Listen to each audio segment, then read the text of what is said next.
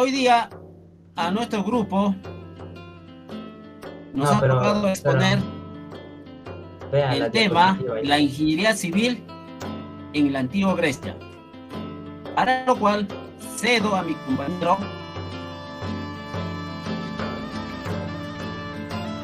para que pueda empezar con la exposición.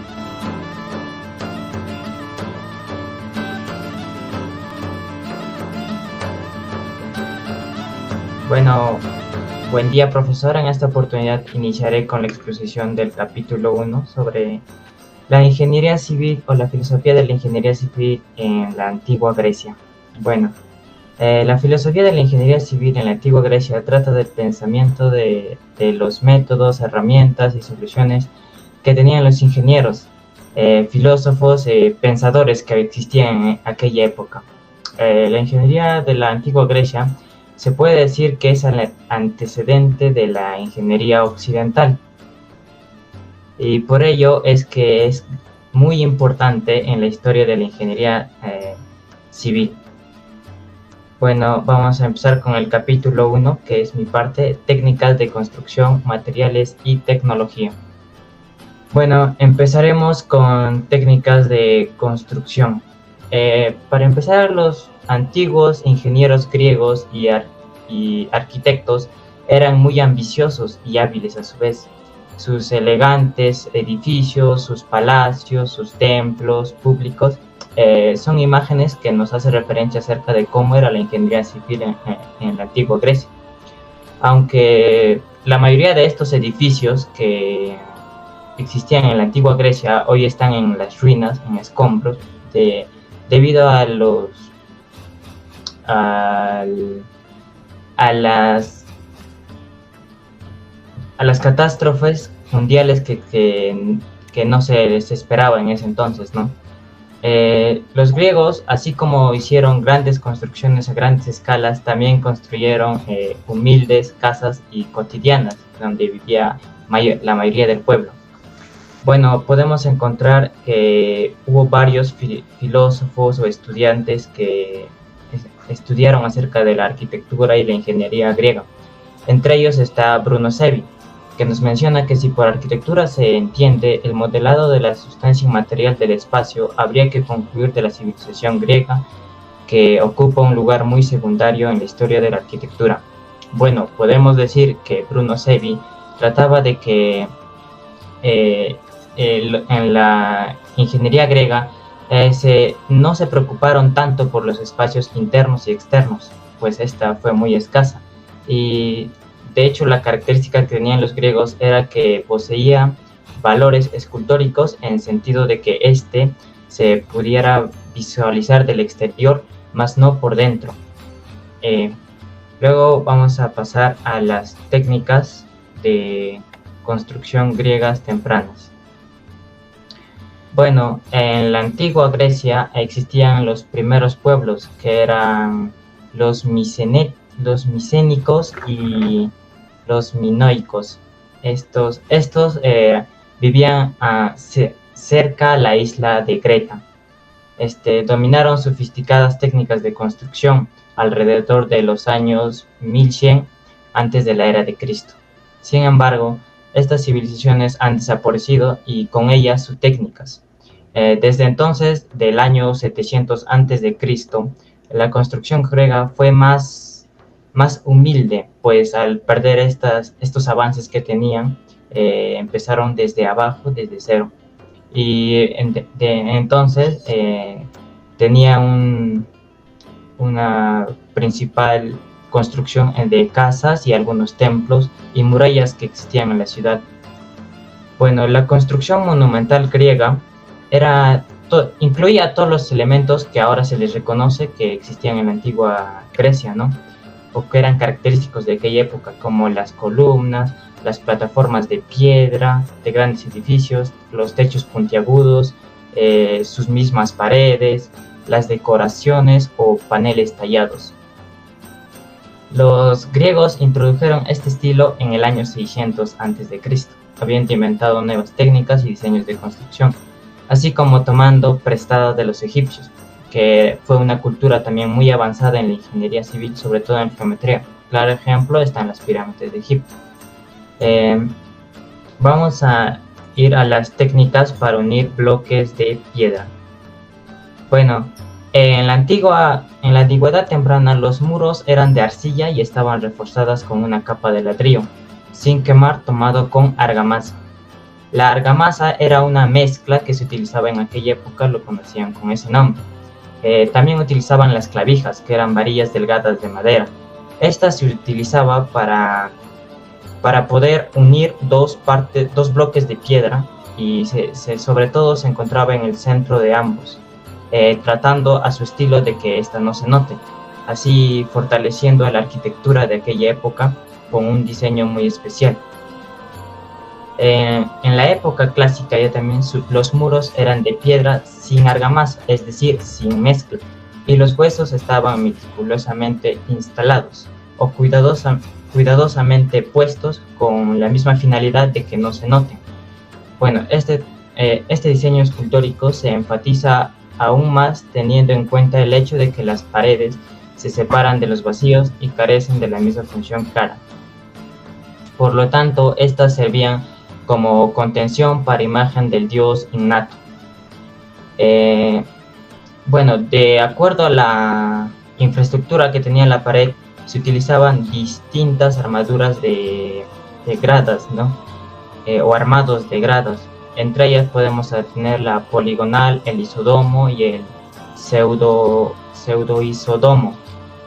El poligonal era principalmente utilizado en los edificios antiguos y pequeños, no eran a gran escala. El isodomo era la plataforma más utilizada durante los periodos clásicos y helenísticos. Y el pseudo-isodomo era muy similar al isodomo, pero los precios eran diferentes o variados, ya que en el pseudo-isodomo era la ventaja de utilizar grandes cantidades de materiales a un muy buen precio que se tenía en esa época. Luego vamos a pasar a la construcción de los techos antes de materiales, compañeros.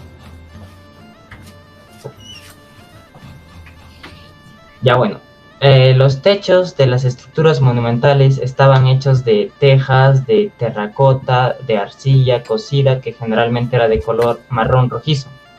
Estos azulejos, que pueden haber sido una invención griega, todavía se utilizan en todo el Mediterráneo y en otros lugares. Aunque los arquitectos e ingenieros sabían construir arcos, los utilizaron poco, prefiriendo su arquitectura tradicional de columnas rematadas por travesaños planos. Es decir, utilizaban un techo triangular en donde era muy clásico, con la finalidad de que toda el agua se vaya para un lado o para el otro. Este ejemplo lo podemos encontrar aún en las casas de teja o de calaminas, que tienen un techo puntiagudo al final. En ese momento, los techos eran generalmente de 2 piezas, como un tipo así, se puede ver. Así eran los techos, que tenía mucho sentido con la finalidad de evitar que el agua ingrese a la construcción. Bueno, luego pasamos hacia los acabados. En los acabados, la impresión de severidad que producen en la actividad los templos era mejor conservados, es engañosa, ya que antiguamente todas las líneas estaban suavizadas por la decoración existente ahora. Los programas decorativos no solo se reducían a la estructura figurada de las metopas y frontones, sino que abarcaban una amplia gama de elementos. En primer lugar, usaban la decoración del tejado, cuyo tejado se hacía más asombroso. Eran las acroteras. Eran grandes esculturas colocadas encima del centro y las esquinas del frontón, con forma de diseños flotales, trípodes, de monstruos, hombres y grupos de figuras. En segundo lugar, existe otro tipo de aspecto que desconcierta aún más al observador moderno, porque hace tiempo que se sabe que los templos estaban pintados con colores brillantes y casi chillones. Para los acabados también utilizaban una especie de arcilla, pero más sofisticada y a la vez más barata, lo que hacía que los templos tuvieran ese clara vista de ser más claros y blancas. Luego pasamos hacia los cimientos. Bueno, en los cimientos, los antiguos ingenieros griegos siempre buscaban una tierra firme o una capa lo suficientemente apretada y cavaron profundamente lo que necesiten. En algunos casos de templos, a excepción de esta regla, los cimientos de tierra se usaban comúnmente, pero en otros edificios se pueden usar cimientos continuos para muros y cimientos separados para columnas. La base del templo era de piedra de menor calidad que el mármol, debido a su elevado precio, escasez y dureza que dificultaban su extracción. Estas piezas se moldean en el hueso sin el uso del mortero y se ensamblan meticulosamente. Y en eso serían los cimientos. En la eutintería es prácticamente la capa sobre la que se eleva el templo del terreno, que sale unos 10 centímetros y tiene una cierta curvatura hacia afuera. Bueno, la eutintería del Partenón se construyó con mejores materiales que los utilizados para la cimentación, sin el uso del mármol de alta calidad de otras obras externas. El crepidoma, que prácticamente también viene en la base del Partenón, tiene 3 partes, que son el esterobato, que son las 2 partes inferiores, y una parte superior, que es el estilóbato. Bueno, esta se construyó con grandes losas de piedra en forma de escalera. Luego vamos a pasar a las columnas. Bueno, para las columnas, los antiguos griegos, sobre todo los arquitectos de aquella época, tuvieron 3 estilos muy llamativos, que eran el orden dórico, el jónico y el corintio. Bueno, la columna dórica es la columna más simple y gruesa de los griegos. No hay decoración en la base y hay un simple poste en la pared superior. Las columnas dóricas se estrechan para que la parte inferior sea más ancha que la base, que la superior, es decir, el jónico. La columna jónica es más delgada que la columna dórica y tiene una base en la parte inferior. El capitel superior está adornado con remolinos a ambos lados. Y por último, el orden corintio, que era el más decorativo de los 3 órdenes. El capitel está decorado con voluntas y hojas de acanto. Y bueno, luego vamos a pasar a los materiales que utilizaban en esa época. Los constructores griegos utilizaron materiales que encontraban localmente en su ciudad o en todo su territorio. En muchas áreas el material estándar para las paredes era el adobe, hecho mezclado con arcilla, agua y paja, presionando una mezcla en formas rectangulares de madera y dejándola secar. Al construir un muro, los constructores comenzaron con unas pocas capas de piedras para levantar los ladrillos de adobe del suelo. O sea, hacían como una casa de adobe tradicional que se hace aún en la actualidad, que en la cimentación tiene bloques de piedra y sobre ellas se construían los bloques de adobe, ¿no? Con el armado respectivo. También se usaban las vigas, muy comúnmente en las grandes edificaciones o templos que usaban en aquella época. Las construcciones, ya fuera de piedra o de adobe, una casa tenía un techo plano de arcilla o un techo empinado de paja. Un techo de arcilla comenzaba con vigas transversales, un marco de vigas descansando en la parte superior de las paredes. Durante el siglo 700 a.C., los griegos construyeron casas, cobertizos, talleres y otras estructuras modernas de mampostería, de adobe y escombros. También una de las principales materiales que utilizaban en la construcción era la piedra, especialmente el mármol. Fue el material principal de la arquitectura monumental. Los griegos se convirtieron en expertos en la construcción con piedra finamente tallada. Los canteros tallaban bloques de diferentes tamaños y formas de las canteras.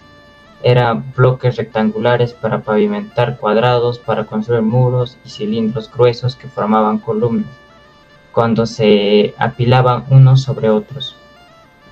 Una de las piedras muy usadas eran los perpiaños, que eran piedras que tenían más altura que grosor. Eran como unas piedras más delgadas. Bueno, finalmente voy a pasar hacia las tecnologías que usaban en esta época. Las grúas. Las grúas eran una invención de la antigua Grecia.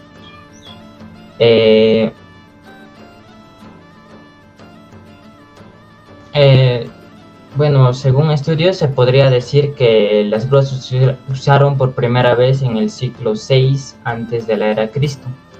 Al observar en varios sitios arqueológicos notaron que había marcas de distintas que creaban ranuras y agujeros en algunas de las estructuras de piedra.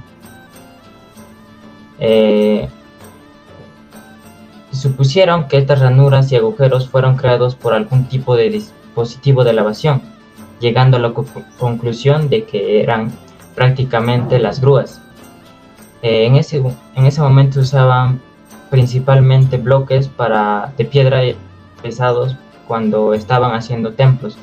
En otras palabras, la grúa se inventó porque los antiguos griegos necesitaban una forma más eficiente de construir sus templos y otras estructuras. Diseño de las grúas griegas originales.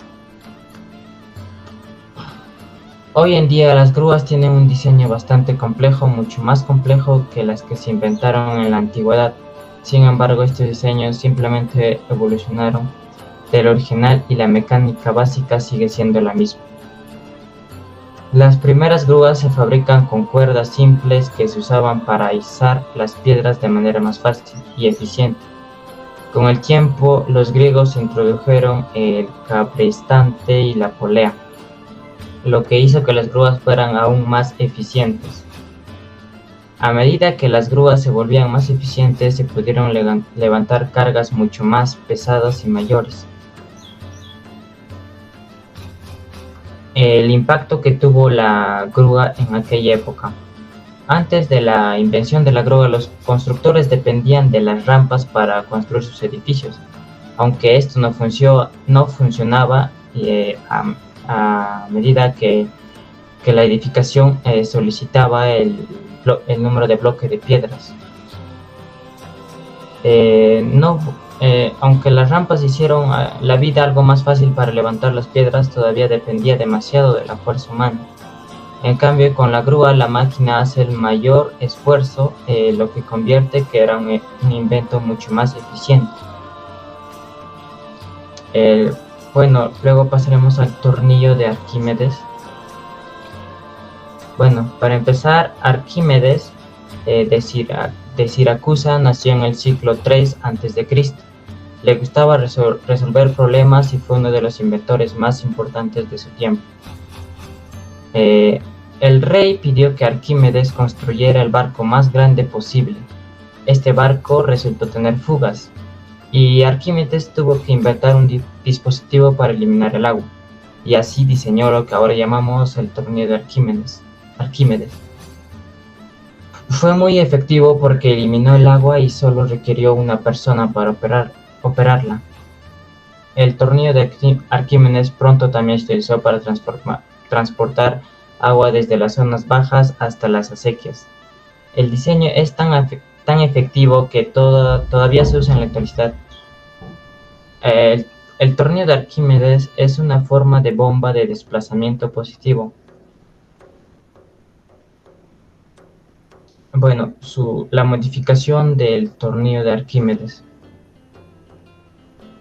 La creación original fue cambiada debido a la constante necesidad para que los antiguos griegos politeístas satisfagan y ordenen los deseos y peticiones de sus dioses.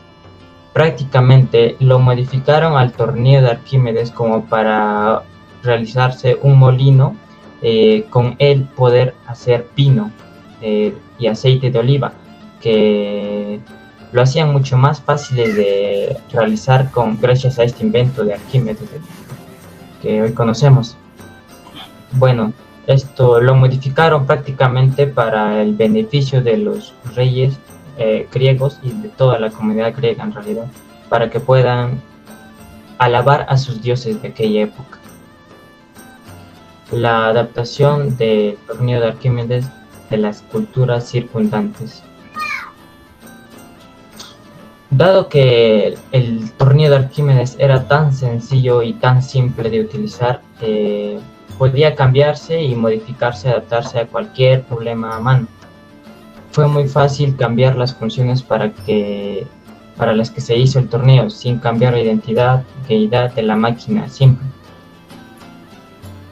Y esta, por su simpleza que tenía, fue adaptada en muchas culturas de aquella época. Ahora, el impacto que tiene en la actualidad. El tornillo es una parte muy valiosa en muchos campos como la medicina, arquitectura e ingeniería, así como también en la agricultura. La variedad de campos es infinita porque le da simplicidad a esta invención. El tornillo fue inventado extremadamente útil, usado originalmente para prensar uvas, pero ahora está haciendo que la vida cambie eventos en todo el mundo. Luego pasamos hacia los engranajes.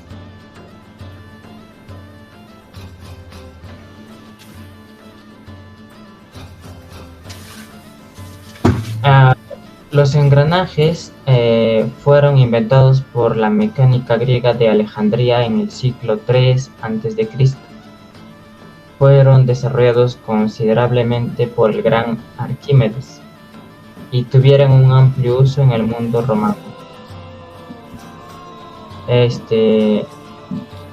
Estos engranajes se utilizaron mucho, sobre todo en las grúas donde solicitaba una mayor cantidad de engranajes, que recordemos que las grúas eran muy importantes para la construcción de sus templos, de ahí la importancia de los engranajes.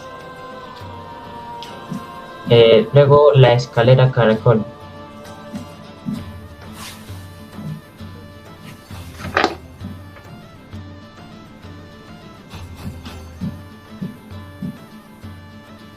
Bueno, aunque era difícil de predecir desde cuándo es el origen de la escalera caracol, se podría decir que fue muy antigua y que pertenece a la antigua Grecia, ya que se descubrió que en aquella época hay hallazgos de que existía aún la escalera caracol por las épocas del 113 a.C. y bueno, pues podría decir que fue muy importante y descubrida en esta época. Su propósito era que tenían, cuando se implementaron para las guerras, ya que facilitaba de que el rival contrario, al querer invadir algún templo, tenía que pasar por un estrecho camino angosto, es decir, las escaleras caracol eran angostas y al querer pasar el rival tenían que pasar de 2 en 2 o de 3 en 3, lo que facilitaba para poder destruirlos y ganar una guerra. Ese era su principal propósito en aquella época. Los materiales que se usaban en la construcción era la piedra o el mármol, porque se construían directamente de las paredes. Les tomó algún tiempo convertirse en estructuras independientes, con un poste central como soporte. Ahora se fabrica con una gran variedad de materiales. En su uso actual, utilizamos prácticamente para ahorrar espacio o como un simple adorno, ya que tiene un efecto muy nocivo y muy agradable en diferentes construcciones. Bueno, pasamos hacia la rueda de agua. Bueno, la rueda de agua se trataba de un molino de agua para moler grano, que sigue utilizándose en forma idéntica hasta la actualidad. Era particularmente adecuado para las regiones montañosas de Grecia y Asia Menor. Consistía en una rueda alada horizontal y un eje vertical y dos muelas horizontales. El eje penetró la muela de molino inferior y se conectó mediante conexiones metálicas a la muela de molino superior. Prácticamente consistía que utilizaba la fuerza del agua y lo transformaba para poder moler distintos granos que cosechaba en aquella época. Así como también gracias a esto se desarrolló la ingeniería hidráulica. Luego pasamos hacia las palancas.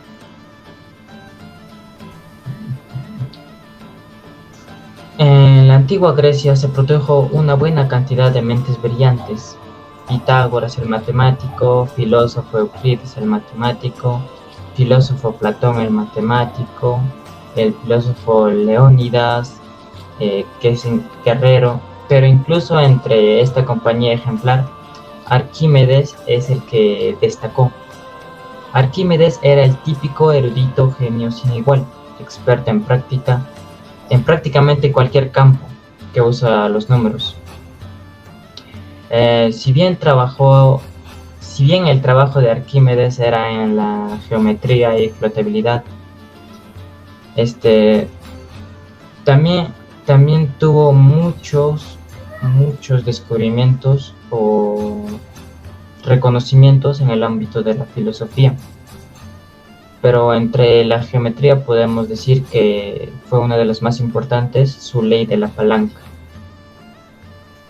Arquímedes no fue la primera persona en inventar la palanca, pero sin embargo fue el primero en describir con éxito por qué funciona.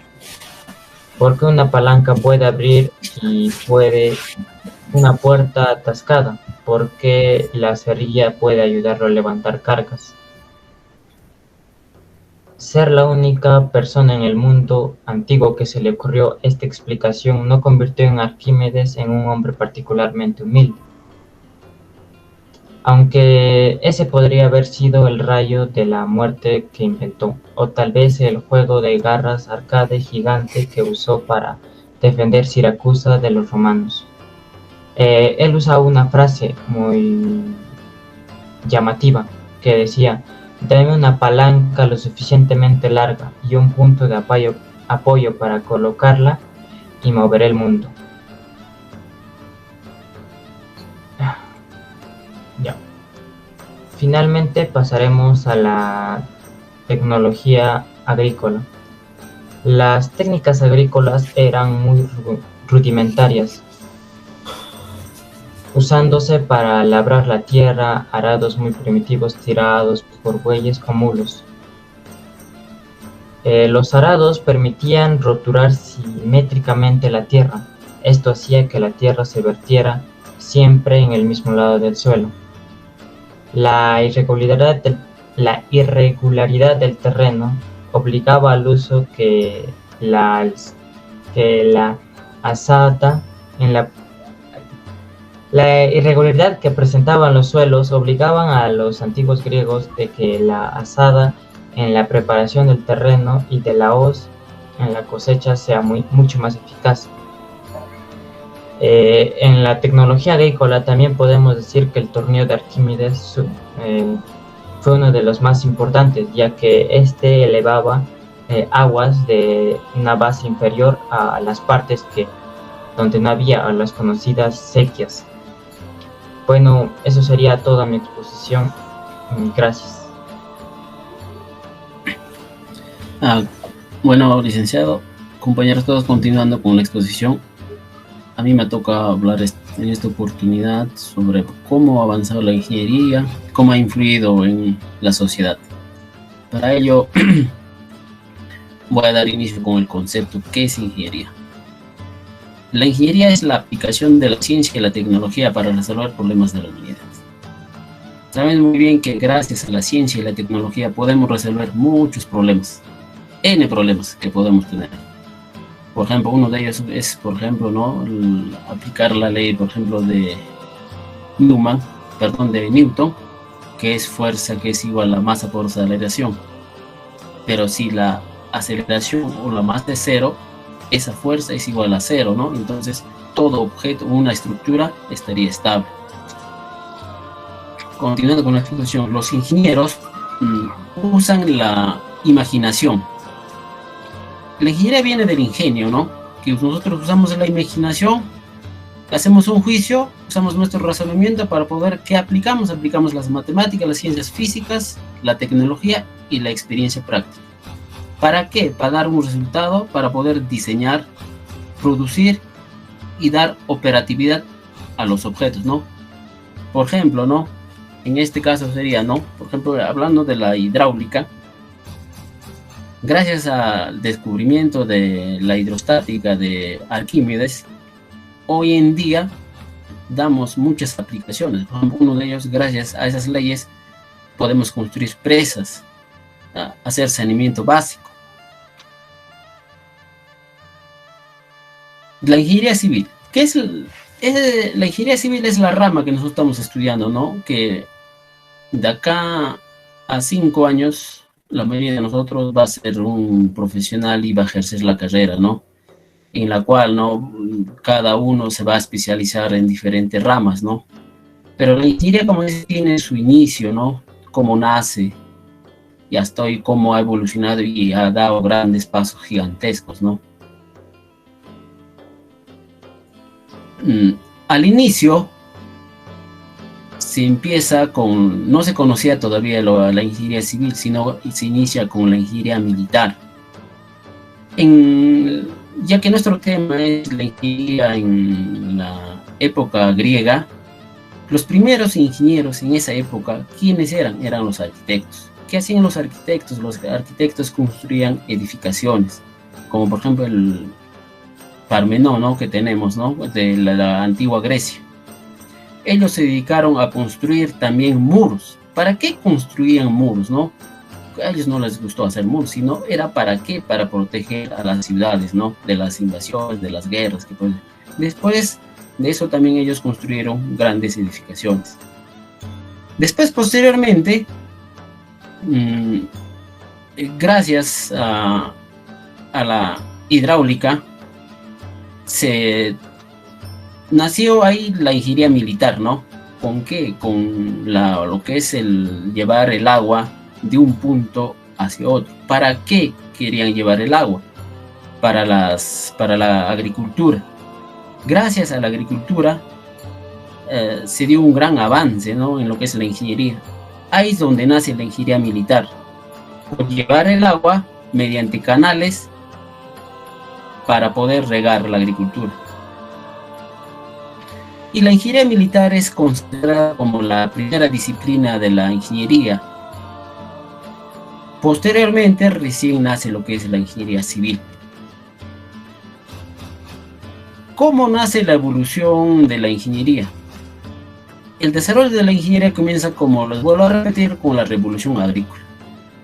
Los ingenieros a los inicios, ¿qué hacían? Llevaban el agua por canales. Luego, después de eso, al inicio nace, como lo vuelvo a repetir, con Arquímedes. Él es el gran descubridor de lo que es la hidráulica, o llevar el agua de un punto hacia otro punto para poder así producir más y más, para que posteriormente ese producto ellos lo utilicen y también puedan vender, ¿no? En esa época sé que no existía el dinero, pero ellos lo hacían como con el famoso trueque. Los campos grupos más importantes de la ingeniería que aparecieron fue primero la ingeniería militar, luego la civil, luego mecánica, eléctrica, ingeniería química, industrial, la ingeniería de sistemas, y ahora que se ve lo que es mecatrónica, ¿no? Que es una carrera muy interesante. También voy a tratar cómo fue la ingeniería en la antigua Grecia, que es el tema que estamos tocando, ¿no? La ingeniería en la antigua Grecia se dio gracias a Pericles ordena construir la Acrópolis de Atenas. Ahí es donde los grandes arquitectos comienzan a hacer sus diseños. Por ejemplo, ¿no? Las vigas de mármol del techo estaban reforzados con barras de hierro forjado, siendo tal vez el primer uso conocido de refuerzo. Acá ya utilizaban ya el acero para poder hacer el refuerzo, ¿no? Saben que cuando la estructura es cada vez más elevado, a veces con el mármol o con el material que utilizan, no era suficiente, ya no podía soportar, ¿no? Entonces, ¿qué se hace? ¿No? Ahí hay que reforzarlo ya, esa estructura. Los griegos siguieron a los egipcios en lo que es la distribución del agua y irrigación, que una forma más mejorada, ¿no? Gracias a los egipcios, los griegos desarrollaron bastante lo que es la hidráulica. Podemos ver en captar el agua de un punto y llevarlo mediante conductos y para poder darle utilidad. De esa manera producir más y más. ¿Cómo fue el comercio en aquella época y cómo se aplicó la ingeniería en lo que es en la antigua Grecia? Todo el producto que producían en esa época, saben muy bien que el dinero en esas épocas no existía todavía. Entonces, ¿qué es lo que han hecho? Entonces, un determinado producto, como dice, una comunidad o un pueblo que producía un determinado producto, ellos llevaban su producto con otro pueblo que producía o una ciudad donde que ellos producían. Entonces, así que es lo que hacían, ellos hacían un intercambio. A eso se llama el famoso trueque, ¿no? El trueque lo hacían tanto en lo que es en bienes y además lo que es en servicios. Y en eso es lo que ellos apoyan bastante en lo que es ingeniería. La importancia del desarrollo de la ingeniería en las relaciones fue en política, comercial y cultural en el mundo. Esto fue muy primordial, ¿para qué? Para poder el desarrollo integral de las naciones. Gracias a la ingeniería, como hoy vemos, se ha avanzado bastante, ¿no? Un montón se podría decir, ¿no? Gracias a ello hay bastante progreso. Por ejemplo, uno de ellos, por ejemplo, ahorita la hidráulica, que es aplicado en muchos, ¿no? Uno de ellos es, por ejemplo, en lo que es el saneamiento básico, ¿no? Donde tú vas a captar el agua, vas a hacer tu reservorio y vas a llevar a una comunidad, a un pueblo, ¿para qué? Para que ellos puedan satisfacer sus necesidades. Otro, por ejemplo, que se da la aplicabilidad es la hidráulica, es, por ejemplo, en la construcción de grandes presas. ¿Para qué construimos estas presas? Para que nosotros podamos almacenar el agua y llevarlo para dar utilidad, ya sea, por ejemplo, para riego o para electrificación, ¿no? Entonces, ¿cómo fue en aquella época la hidráulica? Por ejemplo, ¿qué hacían los griegos? Los griegos hacían lo siguiente: el agua captaban del río, lo llevaban mediante un conducto, pues como abrir una zanja, y entonces por ahí lo llevaban. Y la gran pregunta es, ¿cómo? Y de una vez que lo llevan, ¿cómo lo daban a la utilidad? Ellos hacían sus estanques. En esos estanques ellos lo almacenaban ese agua, y luego cuando había tiempo de sequía, cuando había lluvia, ellos daban la utilidad de el agua. ¿Para qué? Para poder producir y de esa manera dar un gran avance en lo que es la agricultura, ¿no? Que es primordial en aquella época para poder dar un avance y de esa manera desarrollarse. En la época griega, la más importancia que le dieron fue a la agricultura. Gracias a eso, las civilizaciones han avanzado. ¿Qué hacían, no? De los ríos, como lo voy a repetir, captaban el agua, lo llevaban a un determinado punto y ahí lo almacenaban. Voy a abarcarme ahora lo que es, por ejemplo, ¿no? En esa época lo que es un gran avance que han dado ha sido la hidráulica. Gracias a quién se da esto, gracias al famoso Arquímedes que descubre la hidrostática, ¿no? Que es una él descubre, y entonces eso es lo que hasta hoy en día nosotros aplicamos, ¿no? Saben muy bien que las leyes que ellos descubrieron, hasta hoy en día nosotros damos aplicabilidad.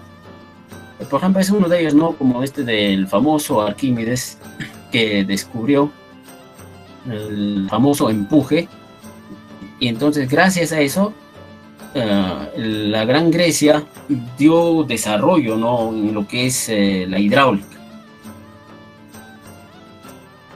Otro de los avances que dio, por ejemplo, la Grecia en su época de oro, ¿no? Fue, por ejemplo, ellos inventaron lo que es la catapulta. ¿Para qué ellos hicieron esto? Para que saben muy bien que siempre, hasta hoy en día, siempre hubo guerra, ¿no? Hasta en familias, entre pueblos, entre comunidades, entre países, hay siempre la guerra, ¿no? ¿Por qué? Por buscar conquistar, por buscar riqueza, ¿no? Generalmente riqueza, ¿no? Dominar, ¿no? Por ejemplo, ahorita vemos, ¿no? Ahorita lo que se ve es la famosa guerra que es biológica, ¿no? Como en este caso que es el COVID. No sé que no podemos hablar de eso, estamos hablando sobre cómo fue la ingeniería en la antigua Grecia. Entonces para eso inventaron la catapulta para la guerra, ¿no? Para poder de esa manera luchar contra el contrincante. Bueno, compañeros, esa sería de mi parte. Voy a ceder a mi compañero para que pueda continuar con la exposición. Él va a tratar el tema de los grandes filósofos que existieron en la antigua Grecia.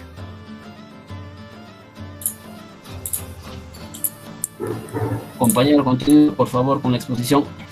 Buenas tardes, profesor y compañeros. Siguiendo con la exposición, me toca dar una pequeña explicación sobre algunos de los filósofos griegos y algunos de sus aportes, ¿no?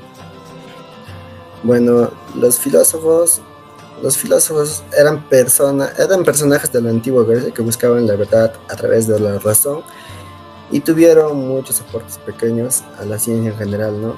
Para que así avance las personas y conocieran mejor sobre algunas cosas. Empezaron a buscar la verdad detrás de cada fenómeno natural. Empezaron a plantear un único elemento principal que daba inicio al universo, que conocemos que en ese tiempo decían el Arge. Y para cada filósofo era diferente eso, ¿no? Por ejemplo, para Tales de Mileto era el agua, para Pitágoras eran los números, para Anaximandro era el apeirón, que hacía referencia a lo ilimitado e infinito, ¿no? Para Anaxímenes el aire, para Demócrito los átomos, y así muchos más, ¿no? Como uno de los representantes más antiguos y más influyentes tenemos a Sócrates, ¿no? Que, bueno, una pequeña biografía de él es, bueno, él nace en Atenas y muere en la misma ciudad, condenado a beber la cicuta, ¿no? Un veneno de esta planta, bajo la acusación de corromper a la juventud y su falta de respeto para con los dioses, porque ya él no quería buscar la explicación más lógica a los procesos naturales, a los fenómenos naturales. Y algunos de los aportes de este personaje fueron, más fue en el diálogo con sus alumnos. La ironía que consistía en hacerle al interlocutor preguntas para que éste se dé cuenta de su ignorancia sobre el tema, ¿no? La mayéutica se usaba para ayudar al alumno o al descubrimiento del conocimiento y la verdad a través de preguntas, ¿no? Que él mismo se pudiera plantear. La ética socrática, básicamente decía: nadie hace el mal por voluntad propia, sino por la ignorancia del bien, y solamente sabiendo qué es la justicia se puede ser justo. Y soporta la matemática, ¿no?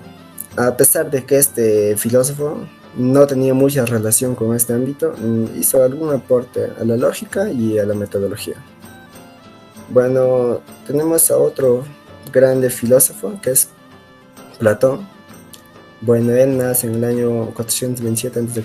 en Atenas, en Grecia, y pertenecía a una familia aristocrática ateniense, ¿no? O sea, tenía un poco de buen dinero para que se pueda dar el lujo de dedicarse a esto, ¿no? Algunos de sus aportes fue la lógica, un método de razonamiento en el que las ideas se manifiestan o se desarrollan de forma coherente, ¿no? Y es en que la persona con sus ideas no tenga contradicciones, ¿no? Y también tenemos los sólidos platónicos.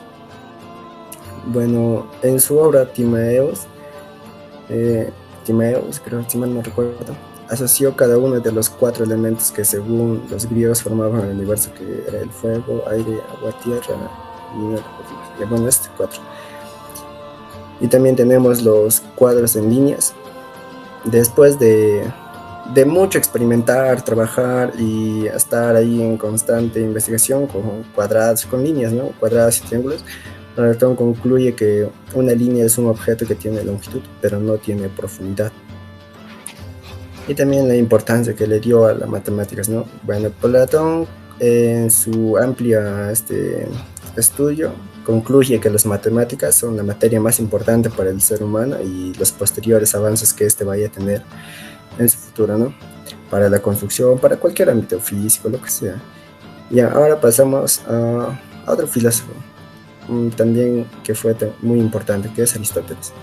Nació en Estagira, en Macedonia, teniendo como padre un médico de la corte real. Se trasladó a Atenas a los 17 años para estudiar en la academia fundada por Platón. Vivió en esta ciudad durante aproximadamente años como estudiante y luego de esto pasó a ser maestro, ¿no? de esa misma academia. Algunos de sus aportes fueron hacia la física. Aristóteles hizo una contribución en ese momento a la física, proponiendo su teoría de los 5 elementos: aire, tierra, fuego, agua. Esta teoría explicaba en su momento los fenómenos que sucedían en aquellos tiempos. Sin embargo, fueron tachadas más adelante porque no tenía la suficiente base para sustentar todo ello. La ética. Aristóteles estaba convencido de que todo hecho que ejecutara el ser humano iba encaminado hacia el bien y la felicidad del individuo que lo ejecutara, ¿no? A pesar de que pudiera hacer el mal a otra persona. Bueno, también tenemos a un gran matemático que es Pitágoras. Pitágoras de Samos es descrito a menudo como el primer matemático puro. Se cree que nació en el año 569 a.C. en la isla de Samos, junto a Mileto, ¿no? Bueno, tal vez su padre fue un rico comerciante, algo así. Por eso es que tuvo la facilidad para poder aprender sobre matemáticas. Y bueno, como aportes tenemos el teorema de Pitágoras. Fue uno de los más importantes aportes a la matemática de aquellos tiempos. Fue realizado gracias a todos aquellos conocimientos acumulados durante su viaje a Egipto. Actualmente es muy utilizado y conocido por todas las personas, ¿no? del mundo. La tabla pitagórica, uno de los aportes más importantes de su época, porque les ayudaba a multiplicar muchos cálculos y les facilitaba, ¿no? En todo sentido. Los números racionales son números que poseen una peculiar característica. Todos ellos son una fracción, en fracciones más que nada. Ya. Arquímedes nació en Siracusa, actual Italia, en la isla de Cilicia, que por aquel entonces pertenecía a Grecia. Es un matemático griego también, y algunos de sus aportes fueron también el principio de Arquímedes. La explicación de este principio detalla el fenómeno de la flotación y se encuentra en su tratado sobre los cuerpos flotantes. Este principio quiere decir que los fluidos ejercen una fuerza ascendente que empujan hacia lo alto sobre cualquier objeto sumergido en ellos, ¿no? En el líquido, en el agua, por así decirlo. Bueno, él también propone el método mecánico. Indica que permite utilizar cuestiones de la matemática a través de la mecánica y en cierto modo es más fácil construir la demostración de un teorema geométrico. Facilita el trabajo si ya se tiene algún conocimiento anterior o práctica sobre ello, ¿no? Explicación de la ley de la palanca. En la formulación de esta ley,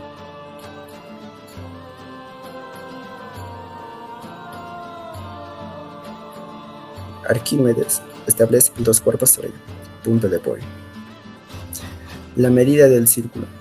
Para determinar el área de un círculo, Arquímedes empleó un método que consistía en trazar un cuadrado que encajara perfectamente el círculo dentro de exactamente dentro, y a sabiendas de que el área del cuadrado era la sumatoria de sus lados y que el área del círculo era mayor.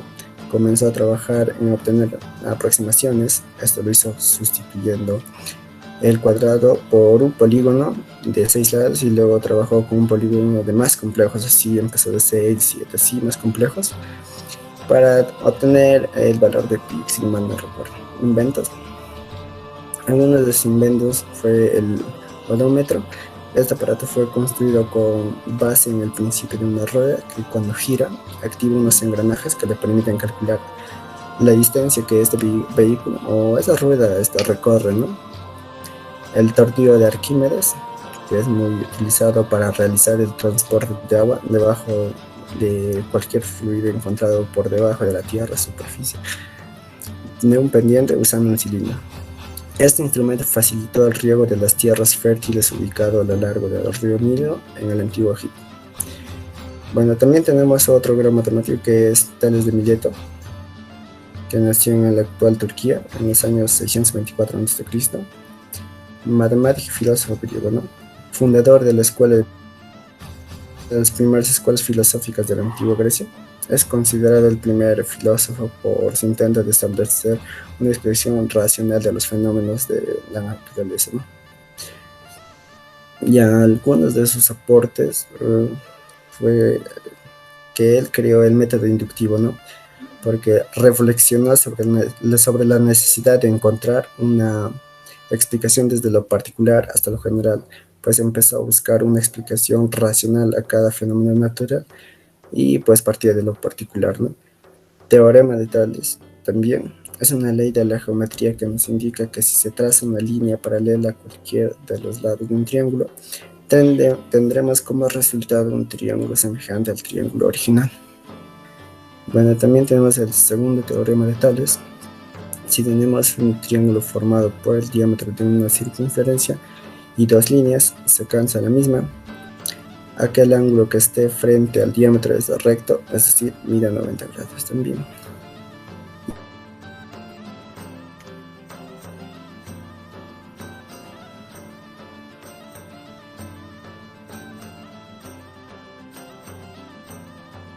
Los aportes fue, el más importante creo que fue el atomismo. Este pensamiento surgió en respuesta a lo planteado por Parménides, quien afirmó que la materia es inmutable y eterna, y que los cambios que observan nuestros sentidos son errores de percepción de la realidad, ¿no? Aristóteles fue un científico y filósofo de la antigua Grecia que realizó trabajos en astronomía, geometría, geografía, matemáticas y también en poesía e historia.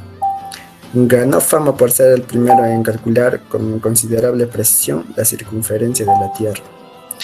Y algunos de los aportes de este filósofo fue a la matemática, es que creó un algoritmo para encontrar los números primos que se conoce como la criba de Eratóstenes. También encontró la medida de la Tierra.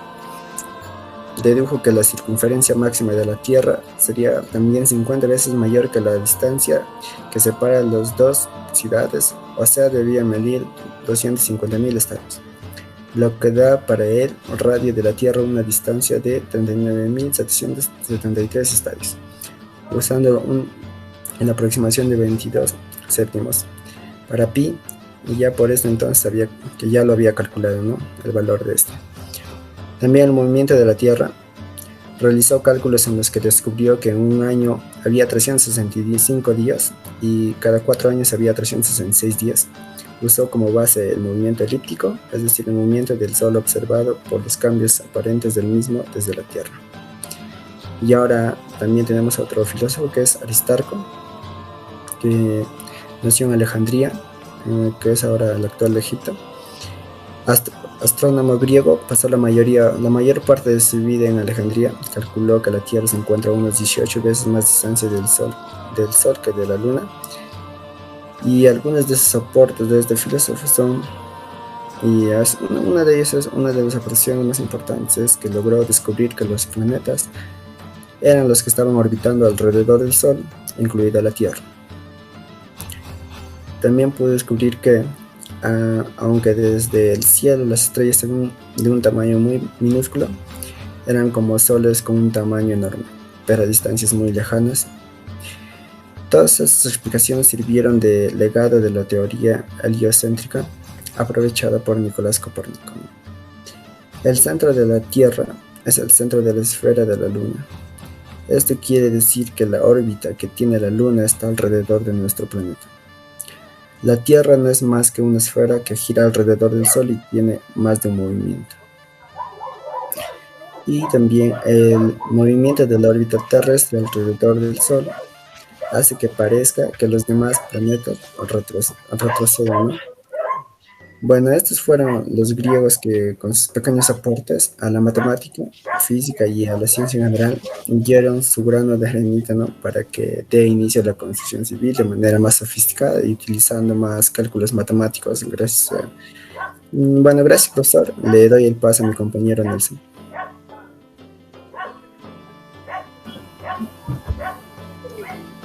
Muchas gracias, compañero, por el pase. Compañeros y licenciado Agustín Sierra Matos, reciban el saludo cordial de la tarde. En esta oportunidad mi persona va a hacer la exposición sobre la ingeniería civil en la antigua Grecia y las ciudades griegas y las grandes construcciones en la antigua Grecia.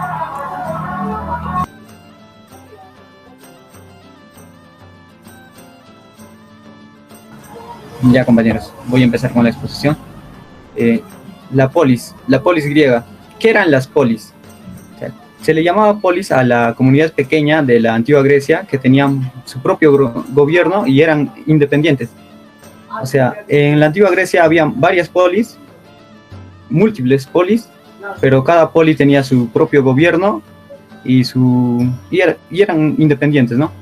Ellos nunca estaban tan pendientes, los polis, entre comunidades, nunca estaban juntos, pero se necesitaban cuando había algún enfrentamiento, un atentado, una guerra o algo, ¿no? Ahí se mantenían ellos unidos. Mientras tanto, ellos pues vivían su vida normal, no su propio gobierno, ¿no? Pasamos ahora a la organización de la polis. ¿De qué manera se organizaban las polis?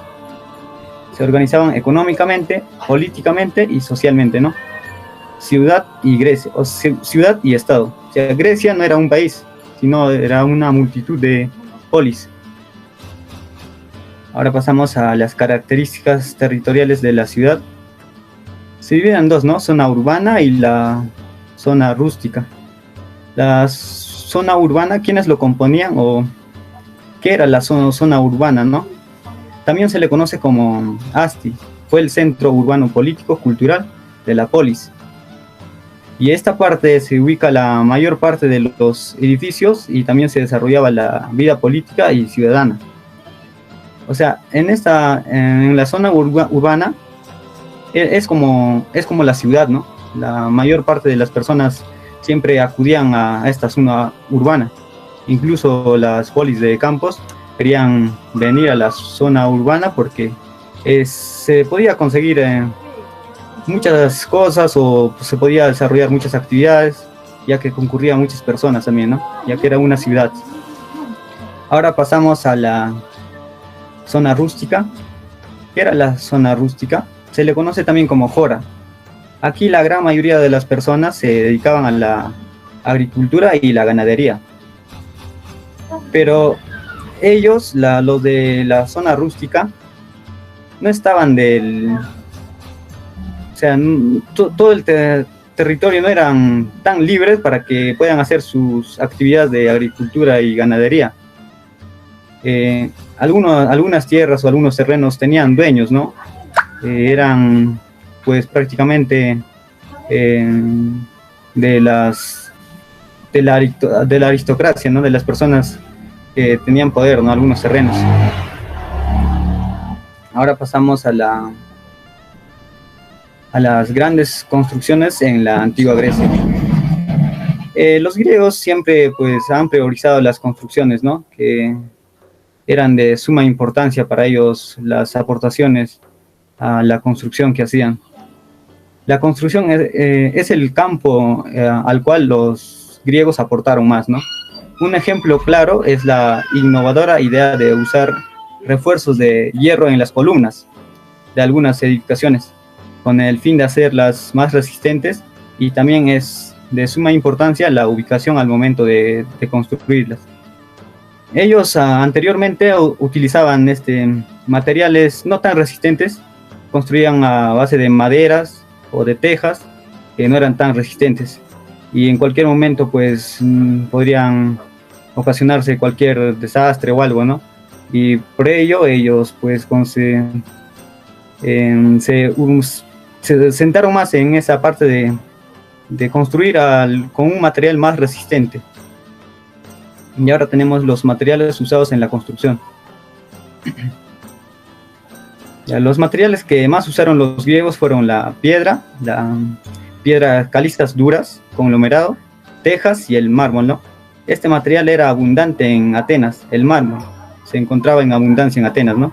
Y en el mar Mediterráneo, siendo de buena calidad en canteras como la de Faros, Nasos y Tasos. ¿Qué quiere decir esto? Cuando al momento de construir las columnas, las vigas o el techo eran construidas de mármol, pero no, eran un material más resistente. Un momento, compañero.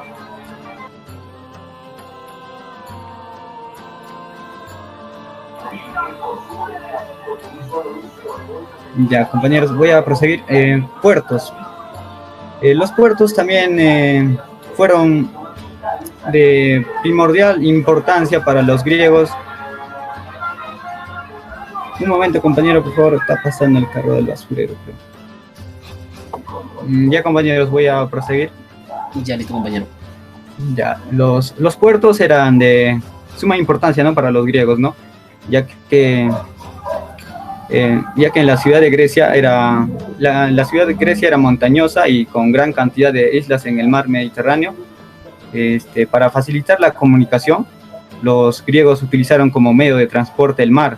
Por esta razón fueron los primeros grandes constructores de los puertos. O sea, la ciudad de Atenas o Grecia estaba pues, prácticamente rodeado de islas, ¿no? Y las personas, para facilitar la comunicación, crearon pues estos llamados puertos, ¿no? Para poder comunicarse fácilmente. Ahora pasamos a acueductos griegos.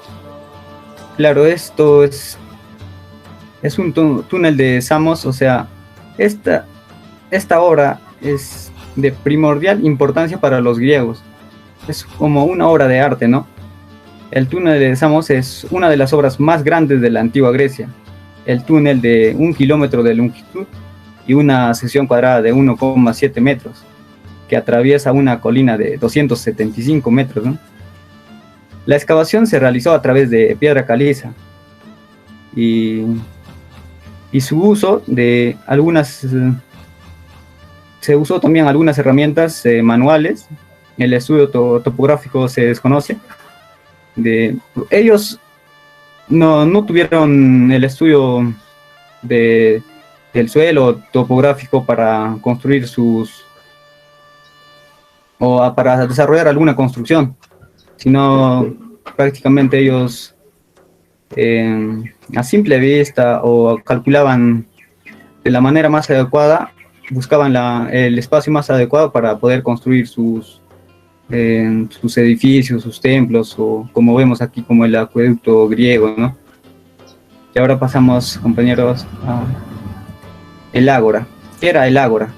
El ágora es el centro de la polis, corazón de la polis y de la vida pública y política, en donde se desarrollaban principales actividades como actos religiosos, políticos y económicos. También se desarrollaban asambleas, charlas y juicios. El ágora era como un centro donde concurrían muchas personas, ¿no? Era como un pequeño mercado, una pequeña feria, que acudían personas no solamente de la ciudad misma, sino también de otros lados, hasta incluso extranjeros, ¿no? Porque se desarrollaban diferentes actividades en el ágora. Ahora pasamos a... Como vemos en esa imagen, el ágora está en el centro de la ciudad, ¿no? Prácticamente el ágora estaba en el centro de la ciudad para que todas las personas podían acudir fácilmente. Acrópolis. ¿Qué era la Acrópolis? La Acrópolis está ubicado en la capital griega. La Acrópolis son un conjunto de monumentos increíbles que al momento de visitar las personas quedaban impactadas porque transmitían grandeza y poder. La Acrópolis era como un lugar turístico, se podría decir, donde las personas que iban se sentían lujosas, ¿no? Porque en la Acrópolis se encontraba diferentes templos, ¿no? Diferentes construcciones, grandes construcciones, y eran, pues, las personas que visitaban ahí quedaban maravillados por las construcciones que encontraban ahí en la Acrópolis. Se ubica también en lugares altos y al borde de la ciudad.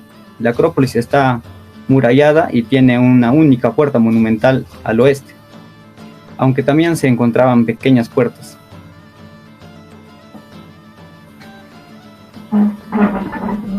Como vemos en esa imagen, la Acrópolis está en la parte más alta de la ciudad. La Acrópolis también desde la Acrópolis también se podría visualizar casi toda la ciudad, ¿no? Era la Acrópolis una construcción bastante ingeniosa para todos los pobladores de ese lugar. Los templos. Los templos están en la Acrópolis también. En la Acrópolis están la mayoría de las construcciones, las grandes construcciones, que eran los templos. El templo primitivo de en los siglos 7 y 6 a.C. Es de ladrillo y de madera, como el templo de Apolo en Corinto, que aproximadamente serían construidos de piedra caliza y mármol. La mayor parte de los edificios estaban hechos de caliza o toba calcárea, que Grecia tiene en abundancia, que se cortaban en grandes bloques y se preparaban.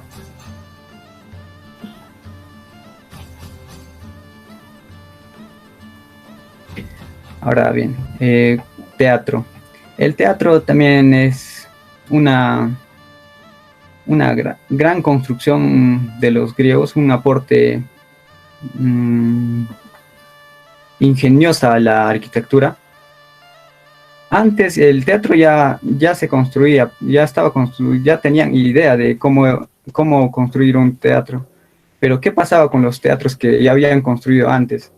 Estos teatros anteriormente construidos en el siglo 7 o 6 a.C., estaban construidos de madera. ¿Qué pasaba con este teatro? Cuando hacían alguna actividad, porque en el teatro hacían diferentes actividades, ¿no? Fácilmente se podría, cuando concurrían muchas personas, la capacidad para todas las personas no era suficiente en este teatro. Entonces podría ocurrir accidentes o hasta incluso incendios, ¿no? Y hubo también incendios en los anteriores teatros. Y pese a ello, los griegos pues se ingeniaron de construir un teatro más grande para que las personas, para que puedan espectar la gran mayoría de las personas, ¿no? Entonces ellos pues construyeron de un material más resistente. El teatro es una de las construcciones más importantes después de los templos. Los teatros fueron realizados con el propósito de brindar espectáculo. Cada ciudad griega contaba con 1, 2 o 3 hasta 4 teatros. Los teatros se utilizaban tanto para las reuniones públicas como para las interpretaciones dramáticas y las diferentes actuaciones que se originaban como ceremonias religiosos o que se vinculaban también con el culto a Dios Dionisio, ¿no?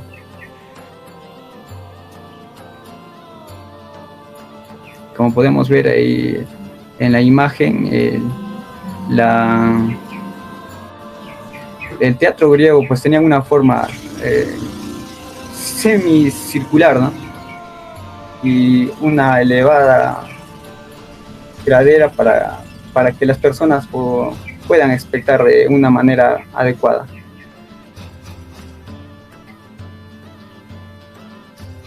Algunas características de los teatros. Conseguían teatros que puedan abarcar una capacidad de 15.000 espectadores. A estos graderíos semicirculares se le consideraban o lo llamaban coilán y cavea. Tenían el suelo de tierra, las grandes se ubicaban en un círculo central llamado orquesta. Allí se ubicaban los músicos,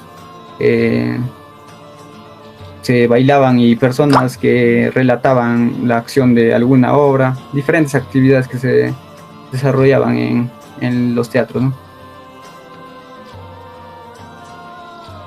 Ahora pasamos con las murallas. Los griegos solían defender sus ciudades con murallas, de las cuales las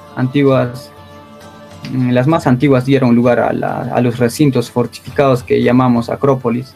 Las murallas principalmente aparecen en el siglo VI a.C., algo que demoró en hacerse presente frente a diferentes construcciones, ya que algunos pobladores buscaban refugio en acrópolis o en otro lugar más seguro frente a casos de peligro. Podemos decir también que las fortificaciones eran costosas en Grecia, que muchos ciudadanos no podían acceder. Las murallas se construían para frenar cualquier peligro que ocurriese, ya sea una guerra, un enfrentamiento o algo, ¿no? Ahora pasamos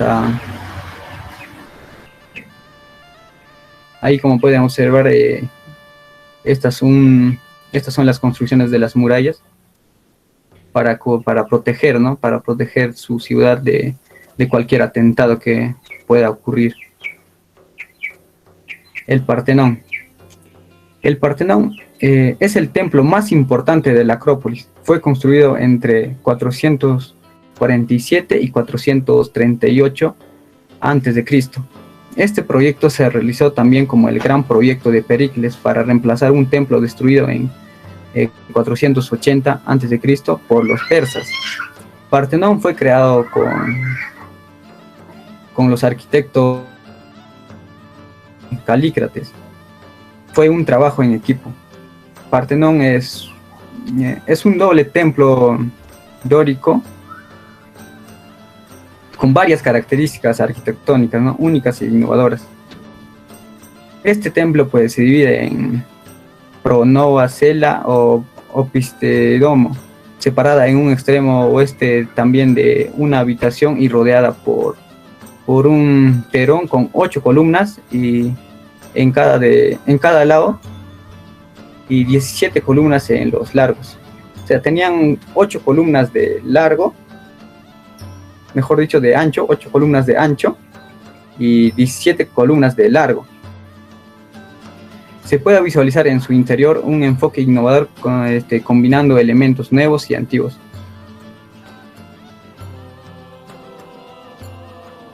Eso sería todo, compañeros. Muchas gracias. Bueno, compañeros, se concluye con la exposición y damos muchas gracias. Sé que fue interesante investigar, ¿no?, sobre el tema, ¿no?, desde la antigüedad, como vemos la ingeniería, que viene la palabra ingenio. Se ha descubierto muchas cosas, de cosas simples, ¿no? Por ejemplo, ¿no?, por ejemplo, lo que dio su ley Arquímedes, ¿no? Se ha descubierto muchas cosas, hasta hoy se da una gran aplicabilidad, ¿no? No solo ahora, hasta en el futuro se va a poder aplicar, ¿no? Otro de los grandes avances de la ciencia y la tecnología que he visto es, por ejemplo, ¿no?, ahora vemos, estamos ahorita nosotros viviéndolo, ¿no?, que tal vez antes no lo han vivido, es, por ejemplo, las telecomunicaciones, que hoy en día nosotros, por ejemplo, podemos realizar nuestras clases virtualmente, que anteriormente no se pudo, no tenía que ser presencial.